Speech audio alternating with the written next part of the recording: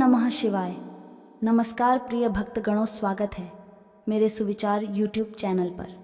आज हम आपको बड़ी ही अद्भुत कथा पितृपक्ष की 5 कथा सुनाने जा रही हूँ। अगर आप ये कथा सुन रहे हैं तो पूरा सुनिए। इस कथा को आधा अधूरा छोड़कर जाने की गलती मत करिएगा, क्योंकि इस कथा को आधा अधूरा छोड़ने से आपको पाप भी लग सकता है। इसलिए इस कथा को पूरा सुने। तो आइए मेरे प्रिय भक्तों ध्यान पूर्वक सुनते। एक बार की बात है, 2 भाई थे, एक नाम जोगे और एक नाम भोगे। जोगे अमीर था और भोगे थोड़ा गरीब। एक बार श्राद्ध का वक्त था तो अमीर भाई की पत्नी ने उससे श्राद्ध करने को कहा, लेकिन वो इसे व्यर्थ की बात मानकर टालता रहा। ऐसा करने पर अमीर भाई की पत्नी ने सोचा, अगर श्राद्ध नहीं किया तो लोग बातें बनाएंगे। इसके लिए ऐसा करती हूँ कि अपने मायके वालों को दावत पर बुलाकर अपनी शान दिखाऊंगी। वहीं अमीर भाई की पत्नी ने श्राद्ध पर मदद करने के लिए गरीब भाई भोगे की पत्नी को बुला लिया। श्राद्ध का दिन आया तो भोगे की पत्नी पूरा दिन काम पर लगी रही। पूर्वजों के लिए खाना बनाया, लेकिन जैसे ही उनके पूर्वज खाने आए तो क्या देखा कि वहां पर तो अमीर भाई के ससुराल वाले खा रहे हैं। पितर निराश हो गए तो वो गरीब भोगे के घर गए तो वहां क्या देखा कि पितरों के नाम पर अगियारी दी हुई है। पितरों ने उसकी राख चाटी और भूखे ही चले गए। सबने आपस में बात की और कहा कि अगर भोगे अमीर होता तो उन्हें भूखा नहीं रहना पड़ता। पितरों को उस पर दया आई और उन्होंने कहा कि भोगे के घर धन आ जाए। शाम हो गई। गरीब भोगे के बच्चे खाना मांगने लगे, लेकिन उनके घर में कुछ नहीं था। भोगे के पत्नी ने बच्चों को टालने के लिए झूठ ही कह दिया कि बाहर हौदी के नीचे खान को है, खा लो। बच्चे जब वहां गए तो देखा कि हौदी मोहरों से भरी हुई है। दौड़े दौड़े बच्चे माँ के पास पहुंचे और सारी बात बताई।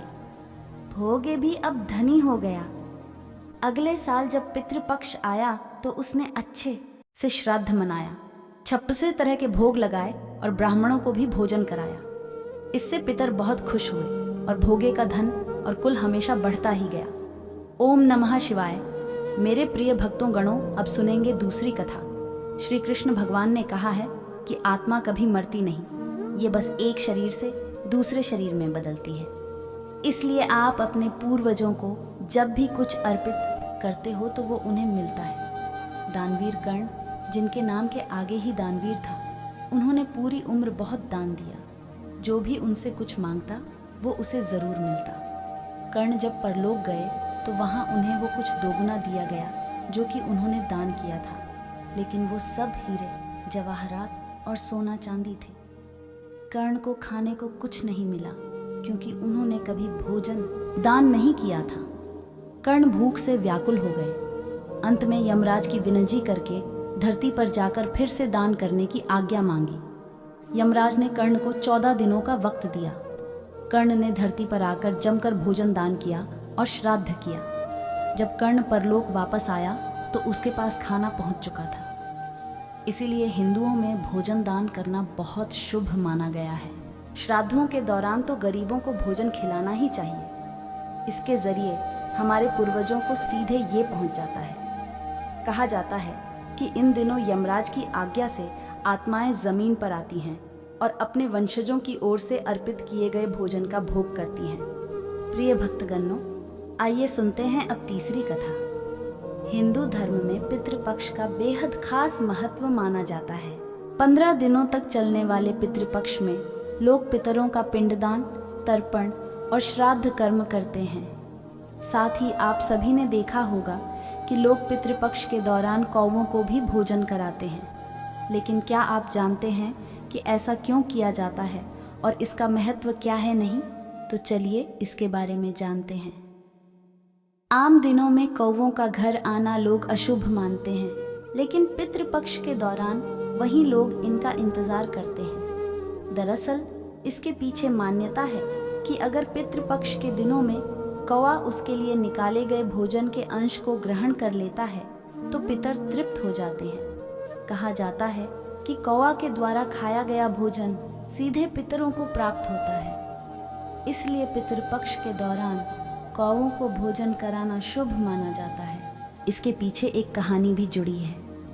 पितृपक्ष और कौवों के बीच के संबंध के पीछे एक पौराणिक कथा भी है। कथा के मुताबिक इंद्र के पुत्र जयंत ने ही सबसे पहले कौवे का रूप धारण किया था।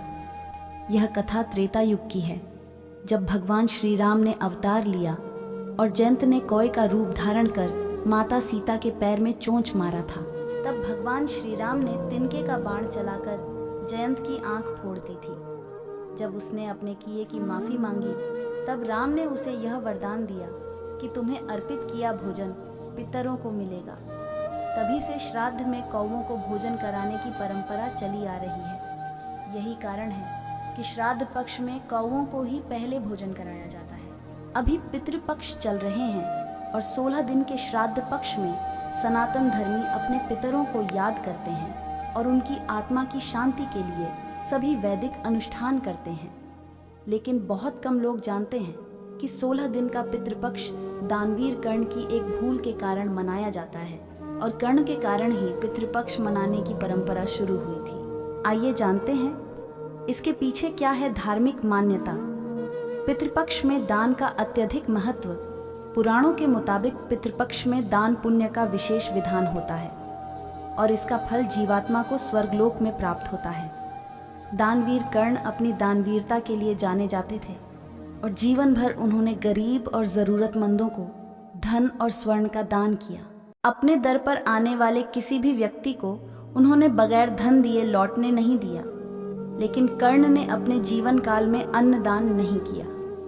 अंतिम समय में जब कर्ण ने मृत्युलोक छोड़ा और स्वर्ग पहुंचे तो खूब सोना दिया गया और खाने के लिए कुछ भी नहीं दिया गया। कर्ण ने जब भगवान इंद्र से इसका कारण पूछा तो देवराज इंद्र ने बताया कि उन्होंने जीवन भर सोना ही दान किया है और पितरों की आत्मा की शांति के लिए कभी भी अन्य दान नहीं किया, इसलिए उन्हें अन्न नहीं दिया गया। तब कर्ण ने इस बात को लेकर अनभिज्ञता जाहिर करते हुए कहा कि मुझे अन्नदान के महत्व की जानकारी नहीं थी। अगर आप सभी भक्तगणों को ये कहानी थोड़ा सा भी पसंद आया हो तो मेरे चैनल को सब्सक्राइब और वीडियो को लाइक करके अच्छा कमेंट क्या करिएगा। तो फिर मिलते हैं अगले वीडियो में। धन्यवाद।